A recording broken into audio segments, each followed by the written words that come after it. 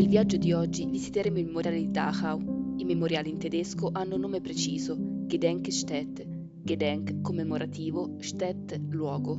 Oggi quindi visiteremo un luogo commemorativo con l'obiettivo di approfondire il periodo della Germania nazista, il motivo per cui si aprirono i campi di concentramento e nel caso specifico Dachau e ricordare le vittime del nazionalsocialismo. Di solito quando pensiamo ad un campo di concentramento ci viene in mente Auschwitz. Auschwitz si trova in Polonia, vicino Cracovia, e si costruì durante la Germania nazista verso la fine della guerra. Si tratta di un grande complesso che riunisce due differenti tipi di campo, il campo di concentramento Auschwitz e il campo di sterminio Birkenau. I campi di sterminio furono 6 in totale, tutti in territorio polacco. Qui furono uccise 6 milioni di persone nelle camere a gas. Quello che visiteremo oggi non è paragonabile ad Auschwitz, perché oggi visiteremo un campo di concentramento, ovvero un campo di lavoro forzato. A differenza dei campi di sterminio, in cui la morte era rapida, nei campi di concentramento, come Dachau, la morte era lenta, perché le persone venivano consumate con ore e ore di lavoro forzato, razioni minime di cibo e un processo di disumanizzazione in cui la morte diveniva parte integrante della vita quotidiana. Secondo pubblicazioni ufficiali, i campi documentati in Germania e nei paesi conquistati durante il periodo nazista furono oltre 1200. Dachau fu il primo campo di concentramento ad essere stato aperto nella Germania nazista. Non sono passate 8 settimane da quando Hitler è stato nominato cancelliere il 30 gennaio 1933, quando si aprì la porta del primo campo di concentramento a Dachau il 22 marzo 1933. Il comandante del campo Theodor Eicke diede vita ad una struttura così organizzata da rendere il modello Dachau il punto di riferimento per i successivi campi. Dachau non è solo il primo ad essere stato aperto, ma è anche uno fra gli ultimi ad essere stati liberati durante la Seconda Guerra Mondiale. Il 29 aprile 1945 due truppe di terra americane liberarono questo campo. Il giorno seguente, il 30 aprile 1945, liberarono la città di Monaco, lo stesso giorno in cui a Berlino il Führer Adolf Hitler si suicidò sparandosi insieme alla compagna Eva Braun e a ciò che rimaneva dei vertici del regime. I deportati venivano messi su un treno da Monaco e una volta arrivati alla stazione di Dachau li obbligavano a scendere e a prendere un camion o altri treni fino ad arrivare all'ingresso principale. Qui venivano condotti all'interno del campo e già da fuori è possibile vedere le torri di vigilanza in cui le SS, le unità d'élite della dittatura, controllavano 24 ore al giorno la vita del campo. Quello che faremo in questo viaggio è seguire i passi dei prigionieri. Quando furono aperti i primi campi di concentramento, la società ne era al corrente, perché vennero pubblicizzati attraverso i vari canali di comunicazione come mezzo di terrore sociale. Heinrich Himmler, capo delle SS e capo della polizia di Monaco, descrisse ufficialmente Dachau come il primo campo di concentramento per prigionieri politici. Uno dei gruppi che più soffrì la persecuzione nazista furono gli ebrei. È un gruppo importante, però non fu il primo e non fu l'unico. I primi ad essere rinchiusi, infatti, furono i tedeschi. Primi fra tutti i tedeschi comunisti, e non è un caso, visto che il secondo partito più votato nelle ultime elezioni della Repubblica di Weimar fu proprio quello comunista. Le prime vittime sono per motivi politici, gli oppositori. Se la società era a conoscenza del campo di Dachau, non poteva sapere, tuttavia, che a soli 5 giorni dall'apertura ci furono le prime vittime. Questo perché nessun cittadino aveva contatto con ciò che succedeva nel campo. Siamo appena arrivati. Prima di entrare vediamo una cartina che ci aiuta a capire perché il campo di concentramento fu aperto proprio qui. Questa fotografia è stata realizzata dall'aviazione nordamericana che localizzava questo luogo come obiettivo militare da conquistare. Non solo il regime nazista stava nascondendo alla popolazione il vero intento di Dachau, ma lo stava camuffando anche dall'alto. Guardando questa foto, infatti, quello che vediamo non assomiglia ad un campo di concentramento. C'è un campo di atletica, una fabbrica. I nordamericani intuirono che qui si trovava un campo di formazione per soldati, ma non sapevano che al suo interno c'erano anche prigionieri.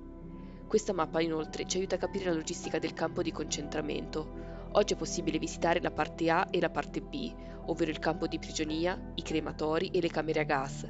Tuttavia nei campi di concentramento c'era molto altro. Nella zona D i prigionieri venivano usati come manodopera forzata. C'erano inoltre scuole e mense per le SS. Le unità SS Schutzstaffel sono le unità d'élite della dittatura.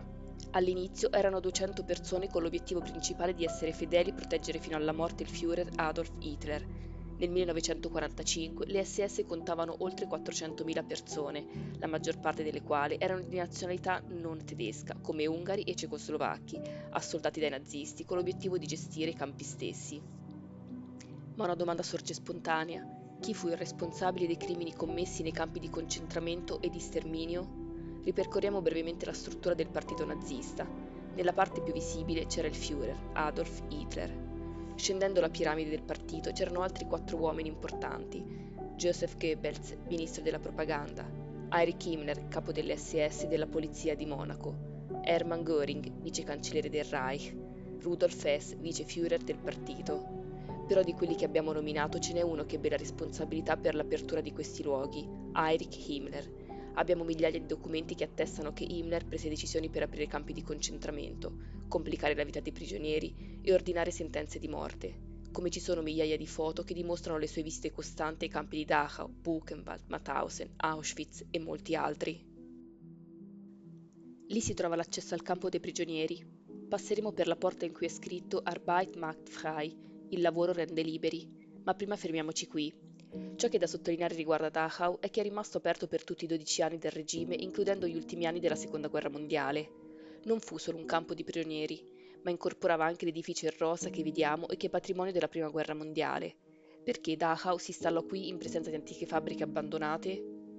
Durante la Prima Guerra Mondiale qui si fabbricavano munizioni e piombo, si caricavano i treni e si mandavano i rifornimenti al fronte occidentale. Questo luogo ospitava i soldati tedeschi della Prima Guerra Mondiale. Dopodiché, alla fine del conflitto, fu abbandonato perché la Germania perse, l'impero di Guglielmo II di Baviera scomparve e la Germania, dopo il 1918, dovette gestire un post-guerra molto difficile, con il tessuto industriale occidentale in crisi, famiglie distrutturate, crisi economica. Il Trattato di Versailles aveva imposto una serie di sanzioni militari, tra cui il divieto di produrre armamenti, un esercito ridotto a 100.000 persone per un paese così grande. Così, dopo l'apertura dei primi campi, si iniziarono ad utilizzare i prigionieri per fabbricare di nascosto armi e iniziare a riarmare il paese. Questi edifici bianchi e rosa che vediamo al lato diventarono edifici di amministrazione delle SS. Qui si formarono SS che passeranno alla storia. Formarsi come SS a Dachau permetteva di fare carriera velocemente. Fu il caso di Rudolf Höss, che divenne il primo comandante del campo di concentramento di Auschwitz, e Adolf Eichmann, conosciuto come l'architetto dell'Olocausto, lo sterminio in massa degli ebrei, organizzando il trasporto ferroviario degli ebrei nei vari campi. C'è una data importantissima che segna le sorti della Germania nazista: la sconfitta contro i russi nella battaglia di Stalingrado del febbraio 1943. Da quel momento i tedeschi iniziarono ad arretrare e i russi lentamente ad avanzare verso ovest nei territori occupati dai primi. Per cercare di occultare all'opinione internazionale il sistema di campi di concentramento creati, i nazisti iniziarono a liberare i campi mettendo i prigionieri in carri bestiame senza finestre, i cosiddetti treni della morte, che attraversavano per settimane intere l'Europa senza nessuna fermata. La maggior parte delle persone morivano di stenti e una volta arrivate a destinazione, o nei campi di sterminio in Polonia o in campi come quello di Dachau, i corpi venivano bruciati nei forni crematori per non lasciare tracce. Se Dachau e Mauthausen in Austria furono tra gli ultimi campi di concentramento ad essere chiusi, furono anche quelli che ricevettero più treni della morte. Entrando nella prima struttura del campo, vediamo questa mappa sul sistema dei campi fino al 1945. I rettangoli neri con le scritte in bianco sono i campi principali che si costruirono, come Dachau, Mauthausen, Buchenwald. Cosa importante, stiamo visitando un campo maschile. Ravensbrück, al contrario, era un campo femminile, il modello femminile più grande. I punti in grigio sono i campi ausiliari, i campi satellite che dipendevano dai campi principali. Tutto questo nelle città. Perché dei 6 campi di sterminio Auschwitz è diventato il simbolo dell'Olocausto? Quando l'esercito russo arrivò il 27 gennaio 1945 e liberò Auschwitz, ad Auschwitz si contavano circa 7.000 sopravvissuti. Ad Auschwitz furono uccise oltre 1 milione di persone. Ulteriori 5 milioni furono ripartite negli altri 5 campi di sterminio. E 7.000 persone ancora in vita rappresentavano una fonte di informazione importante. Non c'è stato nessun altro campo con tanta documentazione che ha permesso di capire com'era la vita nei campi. Per questo è così importante, per la mole di evidenze che abbiamo. Tutti i testimoni raccontavano la stessa cosa. Erano presi dalle loro case, portati nel campo di Auschwitz e una volta dentro obbligati a fare 2 file. Una fila per coloro che andavano bene per lavorare, mentre un'altra andava in fabbriche con grandi canne fumare dove si sentiva sempre odore di carne bruciata, le camere a gas. Torniamo a Dachau. Era il campo principale. A questo erano annessi 144 campi secondari che si aprirono ogni 3 chilometri in città come Monaco e Norimberga. Questi campi ausiliari si aprirono durante la Seconda Guerra Mondiale, perché qui si trovavano le fabbriche dove i prigionieri dovevano lavorare. Si alzavano la mattina alle 5, avevano 45 minuti per fare la camera, lasciare perfetta la baracca, prendere la razione di pane, andare al bagno, lavarsi e stare alle 5:45 nel piazzale dell'appello. Il piazzale aveva una capacità di 6.000 persone. Nel 1943 si arrivò al picco di più di 50.000 persone. Salivano nei treni per andare a lavorare, 12 ore di lavoro forzato, e ritornavano a Dachau alle 18 per andare a dormire. Tutti i giorni andavano in città e tornavano. Tuttavia, quando iniziò la Seconda Guerra Mondiale, la Germania approvò lo sforzo bellico, ovvero la produzione di armamenti 24 ore al giorno, e si decise di risparmiare il tempo del tragitto aprendo il modello Dachau in formato ridotto su tutti i campi secondari d'Europa, affinché i prigionieri potessero restare a dormire direttamente nel luogo di lavoro. Quando un prigioniero entrava per la prima volta nel campo, veniva condotto qui, nella sala della registrazione. Qui era sottoposto ad una procedura umiliante, denudato dei suoi beni e di tutto ciò che era la sua vita. Questo era il luogo in cui perdevano i propri diritti e le proprie libertà. Questa foto che vediamo è molto importante perché raffigura i primi prigionieri che entrarono a Dachau e, come si può vedere dai vestiti di uno di questi, sono tedeschi della Baviera.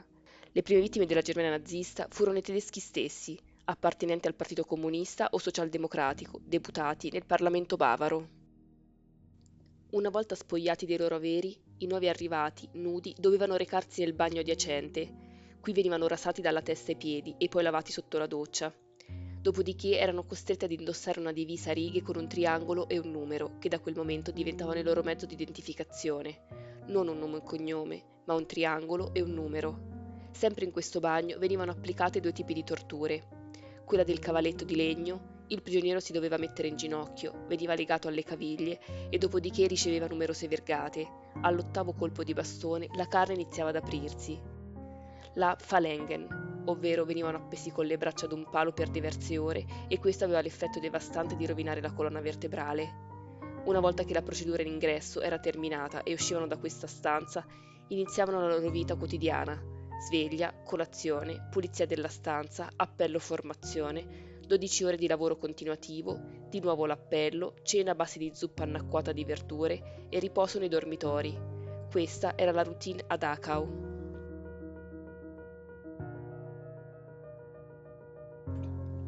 Questa è la tuta originale di un sopravvissuto del campo.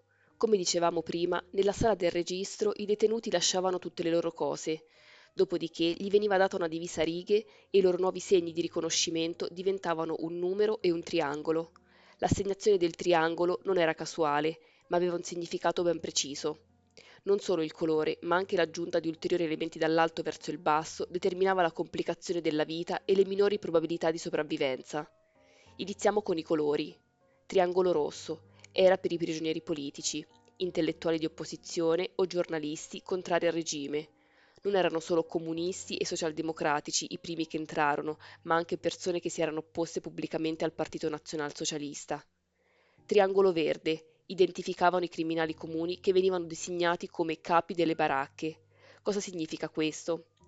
La Germania nazista si avvalse di detenuti delle carceri, come ladri e assassini, per gestire gli stessi campi di concentramento. Questi capi agivano per conto delle SS, monitorando ciò che avveniva nel campo, occupandosi della registrazione durante gli ingressi, facendo la formazione quotidiana nel piazzale e, ahimè, applicando torture. La paura era l'elemento psicologico fondante per il funzionamento del campo. Venivano applicate torture ogni volta che non era rispettato il regolamento, ad esempio se arrivava tardi all'appello. Altre volte erano inflitte in maniera arbitraria. Altre volte questi capi obbligavano i prigionieri ad infliggere punizioni ad altri prigionieri. Ogni singola mossa diventava vitale per la sopravvivenza. Triangolo blu, gli emigrati. Triangolo viola, i testimoni di Geova. Triangolo rosa, gli omosessuali. Triangolo nero, gli asociali, ovvero persone con problemi di alcol o dipendenza, con incapacità fisiche o mentali, persone che ballavano swing o jazz. Dove sono gli ebrei? Gli ebrei non erano un gruppo aggiuntivo, non si entrava nel campo per essere ebreo, si entrava per una di queste ragioni. Però, nel momento in cui si iniziava a scendere verticalmente, aggiungendo altri elementi al triangolo, le cose iniziavano a complicarsi. Iniziamo a scendere. Triangolo con rettangolo in cima.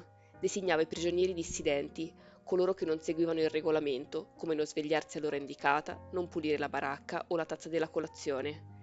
Triangolo con punto nero in basso erano le persone assegnate ai battaglioni penali, coloro che dovevano applicare le torture ad altri prigionieri. Triangolo invertito di colore. Il prigioniero era ebreo.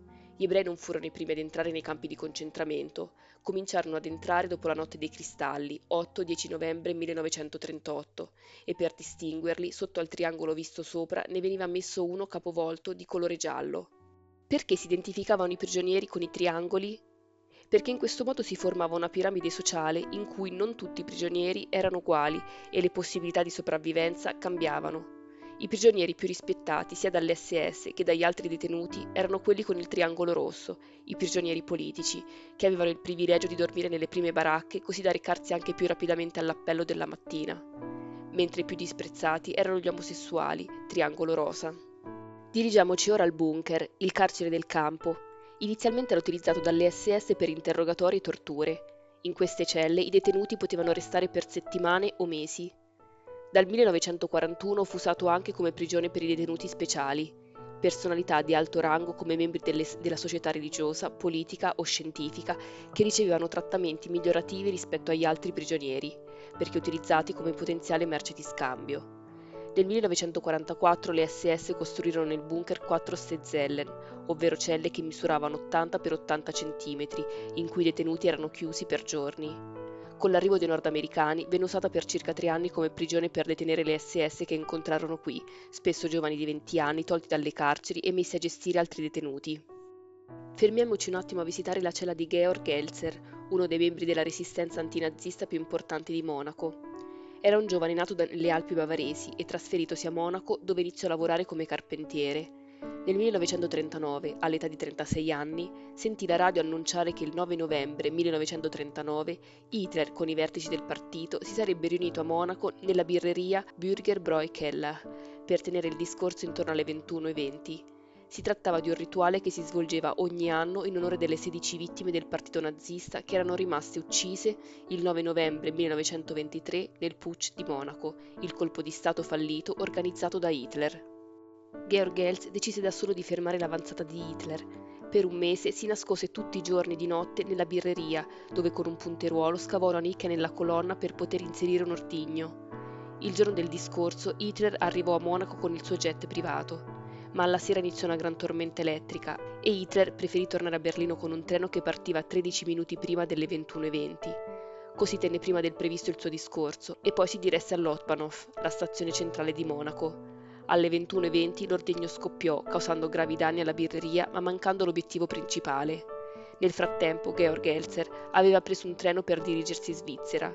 Ma quando era alla frontiera, il governo, a seguito del fallito attentato nei confronti di Hitler, emanò una legge che imponeva controlli ai cittadini in procinto di lasciare il suolo tedesco. Quando fu la volta di Georg Elzer, i doganieri che lo controllarono trovarono il sottovaso della birreria Bürgerbräu Keller. Georg Elzer fu detenuto a Dachau e il capo delle SS, Erich Himmler, decise inizialmente di tenerlo in vita. Non riuscivano a capacitarsi di come un giovane avesse potuto progettare tutto questo da solo, anzi, credevano fosse un membro dell'intelligence britannica. Passarono gli anni e il 9 aprile 1945, poche settimane prima della liberazione del campo, il capo delle SS, Himmler, ordinò la morte per fucilamento di Georg Elzer, ponendo fine alla sua vita. Rechiamoci ora alla zona delle baracche. Oggi ne sono state ricostruite solo 2 delle 34 esistenti. Venivano chiamate block ed erano suddivise in 4 camerate. Le altre 32 baracche possono essere immaginate guardando i basamenti. Erano poste in 2 file, una dopo l'altra, e finivano nella zona dei crematori. Se Dachau fu aperto per 12 anni, fu testimone delle 3 fasi che segnarono la Germania a livello europeo. Il campo all'inizio accoglieva 6.000 prigionieri. La saturazione cominciò nell'anno 1938, quando si firmarono gli accordi di Monaco in base ai quali la zona dei Sudeti, una zona della Cecoslovacchia in maggioranza di lingua tedesca, venne ceduta alla Germania. Quindi iniziarono ad entrare cecoslovacchi. Poi, con la notte dei cristalli, 9-10 novembre 1938, ci fu una brutalizzazione dell'antisemitismo che portò all'internamento massivo degli ebrei. Infine, la dichiarazione della Seconda Guerra Mondiale e l'occupazione della Polonia. L'anno 1965 segnò una data importante per il campo di concentramento di Dachau, perché fu aperto come memoriale.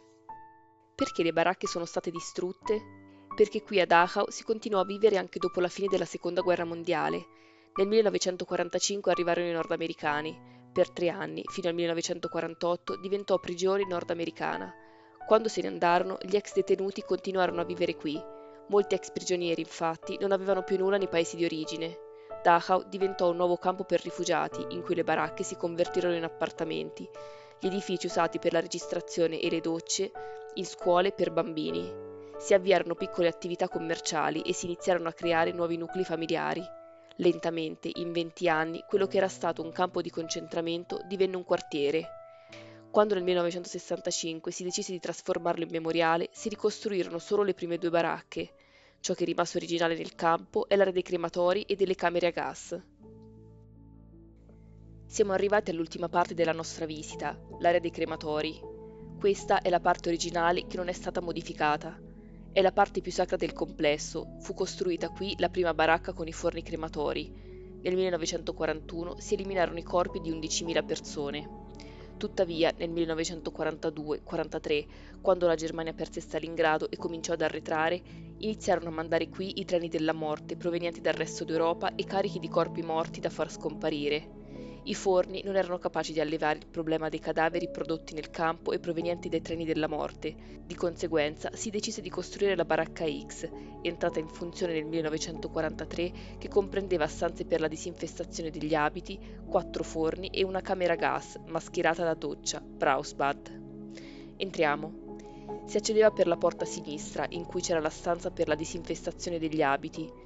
Una volta disinfettati si andava alla sala successiva, la Brausbad o bagno di vapore, la camera a gas, e dopodiché ai forni crematori. Le ceneri che uscivano dal forno furono lanciate in fosse comuni. Ci troviamo in un cimitero in cui riposano migliaia di prigioniere vittime dei campi di concentramento. Una cosa molto importante è che l'area dei crematori non fu mai utilizzata per sterminare persone in vita in maniera massiva come in Polonia, ma solo per bruciare i corpi ormai esanimi dei prigionieri. Non si conosce bene la ragione per cui Heinrich Himmler, di fronte alla richiesta del medico di Dachau di poter utilizzare la camera a gas per alleviare il problema del sovraffollamento, diede parere negativo. Prima di andare, fermiamoci di fronte a questa statua con la scritta in tedesco "Ai morti in onore e ai vivi come monito". Tra il 1933 e il 1945 a Dachau furono detenute oltre 200.000 persone. I morti a Dachau e nei campi ausiliari furono oltre 40.000 a causa di fame, freddo, torture, malattie e fatica. Non sapremo mai i numeri esatti con certezza, perché molte persone non furono mai registrate. Questo campo di concentramento è gestito dal Comitato Internazionale di Dachau, una società senza scopo di lucro composta dagli ex prigionieri e dai suoi familiari, con l'obiettivo di mantenere viva la memoria di ciò che ha significato il campo di concentramento per i deportati di 37 paesi. Mi piace concludere questo reportage con la citazione di Primo Levi. Se comprendere è impossibile, conoscere è necessario, perché ciò che è accaduto può ritornare. Le coscienze possono nuovamente essere sedotte ed oscurate, anche le nostre. Grazie e al prossimo viaggio.